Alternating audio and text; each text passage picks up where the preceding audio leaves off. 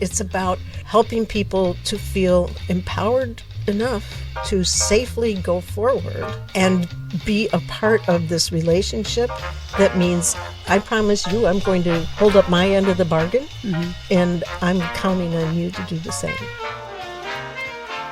As soon as you start to judge, you place your value system on other people, it starts to shut them down. They start to feel uncomfortable. They can sense when they're being judged. Welcome back to Unapologetic Rabble-Rousers. We thank you for tuning in. I'm Doc Shelley. And I'm Carla. And we're picking up now on our topic of accountability.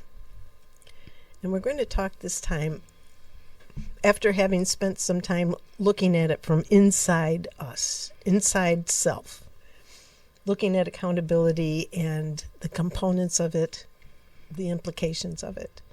Now we want to take the next step, which is going external. I know, accountability involves other people. Yes, it does.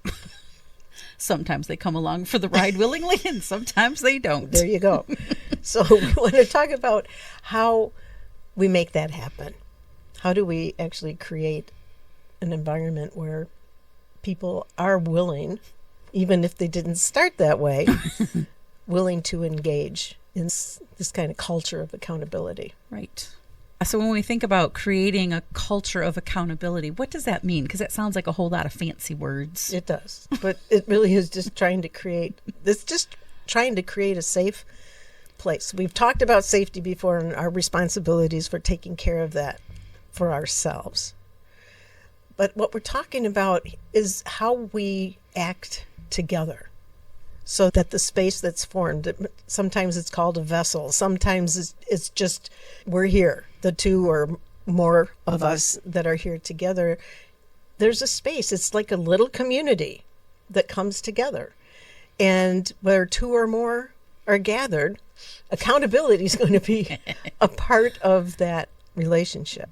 So we want to be able to have a space where people feel valued, that understanding is of paramount importance because it's about exchanging ideas and being able to feel safe in so doing. It's about recognizing we're humans and mistakes will be made and that we can address those with our boundaries in mind, with all of the things. I won't go over all the other episodes that have led up to this one, but it's about helping people to feel empowered enough to safely go forward and be a part of this relationship. That means, I promise you, I'm going to hold up my end of the bargain, and I'm counting on you to do the same. Yeah. As you're talking, I've mentioned Brene Brown a few times on our episodes. I'm a big fan of hers.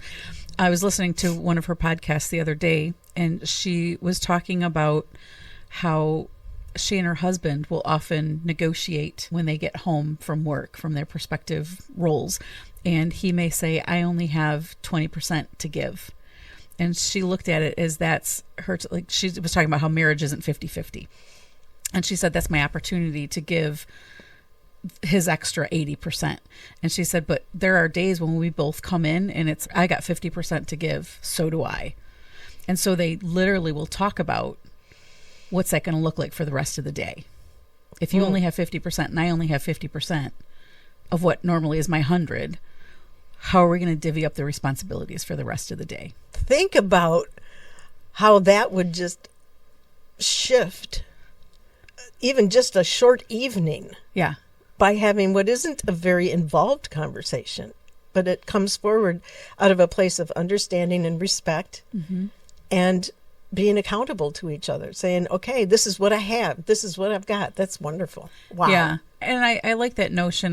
When I worked at a different company, we often had conversation around, I maybe have 80% today, but if you can give 100% of the 80, you're probably good. But being able to have that conversation and say, this is why I may not be the person that you typically see today. I'm not feeling well. We had a family emergency. Something happened. Whatever it is, I only have 80% to give you today, but I will give you 100% of the 80.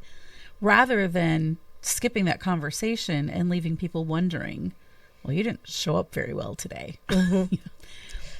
Oh my gosh, the notion of what goes into just that little bit, creating that space where I can be fully present, as much as I can be. It's 80%, it's 30%, but I've communicated it. Right. Because I'm aware of it, because I reflected on that and I understand and I respect you and want you to know exactly where I'm coming from. And when we wrap that around accountability and creating that culture of accountability, I've created that space for someone to come and share that with me. So there's that trust and there's that respect and the responsibility that we all carry so that we can have that community and have that conversation with ease. Safely. Mm-hmm. So you've got the mutual respect. You've got the honesty. You've got the understanding, the I see you, I value you, all of those things that inherently as human beings we have the need for and is so often overlooked at the workplace, in the community, in a family. Yes. Yes. So this is about creating that culture of mutual accountability. Yeah. Which comes from understanding and respect.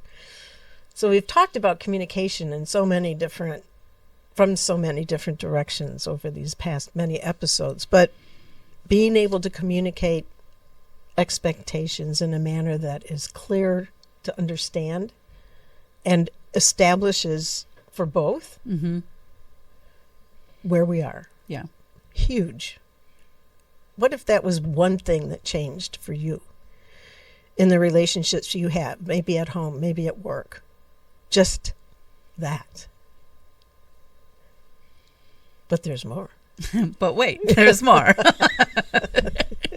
Taking that to the next level, really thinking about what are the changes that you want to see, and that, who is it that said that? Was it Gandhi, I think? Be the change you want to see in the world. Oh, yes. I was going to say Buddha, but that is incorrect. We'll attribute that to Gandhi. Be the change that you want to see. And when you can do that, when you're thinking about your personal relationships, your professional relationships, when you are thinking about accountability, owning up to your mistakes, learning the lessons, when you want to create a culture of accountability and you're able to demonstrate, I learned from my mistakes. Mistakes are okay. I'm able to communicate. I'm able to have some difficult conversations. I do meet my commitments. If I tell you I'm going to be somewhere, I'm going to be somewhere. One of the coolest things is sometimes I'm late for things. I was brought up in a family, if you're not 10 minutes early, you're late. Every once in a while I show up late, and I think about when somebody shows up late for me. I have a friend who, instead of saying, "Oh, I'm so sorry I'm late," she'll say, "Thank you so much for waiting for me." And it's a different level of connection and respect. I thought that was a cool thing about she's taking accountability, but she's just simply saying, "Thank you for waiting for me," because she knows darn well I could have gotten up and left. Yes. But I didn't. But she's often late, but I just thought that was a really cool way to own it. She's not apologizing because she knows she's going to be late next time. This is not going to be the last time. But thank you for waiting for me is just very different than, "Oh, I'm so sorry I'm late again." If we think back on the work we did with boundaries, if that was a boundary of yours that was just unassailable, that we can't violate this one, then you would be making a choice about whether or not you did wait. Yeah. Yeah. I just know she's often late, so I usually bring my iPad with me and I'll sit there and I'll read or play a game or whatever. She's often late. And it's funny because you get into conversations with people, how they think it's rude that you're late, or they think it's disrespectful that you're late. And I'm like, it's not about me. It's about her. She runs late for a lot of things. It has nothing to do with me. So I don't think it's disrespectful. It's how she operates. And it's a relationship that matters to you. Yeah. Otherwise I wouldn't wait. Yes. There you go. But don't be late. Don't be late. But the point in that is really being that change. So if being on time is important for you, be on time. and have that conversation with people. Be able to meet your commitments and handle the challenges that come with that with some grace and with some ease. Mm-hmm. Which really runs into keeping communication flowing, mm-hmm. keeping it wide open. Yeah. You need to be able to communicate. Yeah. And we keep talking about it, but when we were preparing our thoughts around this, you brought up this notion that keeping the doors of communication wide open is curiosity without judgment. Yeah. I love that. Yeah, curiosity without judgment. Because as soon as you start to judge, you place your value system on other people, it starts to shut them down. They start to feel uncomfortable. They can sense when they're being judged.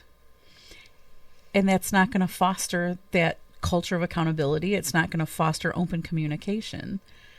I'm certainly not going to keep opening my mouth when you're sitting there judging me. That's right. Right? That's right. So yeah, if you can come into conversations with curiosity and no judgment, it makes the conversation easier, and it helps people feel seen and valued and heard and respected. And safe. And safe. To join you in that community and in that conversation. Which is leading then to people. You need to give people what they need. You need to arm them. You need to help them be fully able, capable, enabled, whatever's the word you want to use, to be in that relationship where accountability is a piece of that. They have responsibilities in this relationship, and they want to be able to meet those responsibilities with a level of confidence. Absolutely. Which includes being able to feel safe and respected and seen and valued and heard. All those things. All those things. And then if we think about consequences and balancing consequences of holding people accountable, of creating that culture of accountability, there can be consequences in that, both positive and negative. And I think about consequences as the impact on ourselves and others. It's interesting because when I hear the word consequence, my first reaction is that's a word representing something not good, which is not at all the case. I think that the notion of consequence, maybe we learned it as I'm a boomer, right? Truth or consequences, So right. I was taught by black and white TV. Yeah. Yes, there was black and white TV. It's hard to believe. I know. My first TV was a little 12-inch black and white TV. I was so excited. It was in my bedroom. Whoa. Okay. Well, digress. Back to the present. But yeah, consequences are simply what happens as a result of your actions. They could be negative, they could be positive, they could be neutral. And I think oftentimes we don't think of the consequences, particularly of our words, until after we've said them. And when we think about accountability, I say it all the time, words change worlds. We have to pay attention to the words that we choose, how we're communicating with others, how we're holding ourselves and other people accountable in a fair and open kind of way, where there's room for negotiation, there's room for dialogue. Yeah. We can recognize those things. Absolutely. We can acknowledge them with respect. Yeah. And if they're positive, it's time to celebrate. And that's another thing, is about when things go well, celebrating. Yeah. Acknowledging what it took to get there, or just being grateful for having been in partnership with somebody. Yeah. From an accountability point of view, or whatever was the role that they played, to be able to say yes. Yeah. I have a mastermind group that I work with, and we've been together, I'm going to age us all. We're probably 30 years. And when any of us have had a time where we've struggled, whether it was getting laid off from a job, quitting a job, thinking we had something else lined up and it didn't happen, people in that group we had to have a conversation that even though someone else is struggling, it's okay to still celebrate your success, and we will celebrate it with you, including that person. It was like, don't put that burden that one person is carrying on the whole group. We can still celebrate the success and celebrate the recognitions and all of those things. And it's interesting how so many people think, well, your problems are so much worse than mine, so mine aren't really problems. And it's like, no, we all have burdens to carry. We all have stuff. We all have things going on in our lives, but that shouldn't cause us pause to celebrate other people. If you can come into conversations with curiosity and no judgment, it makes the conversation easier, and it helps people feel seen and valued and heard and respected and safe.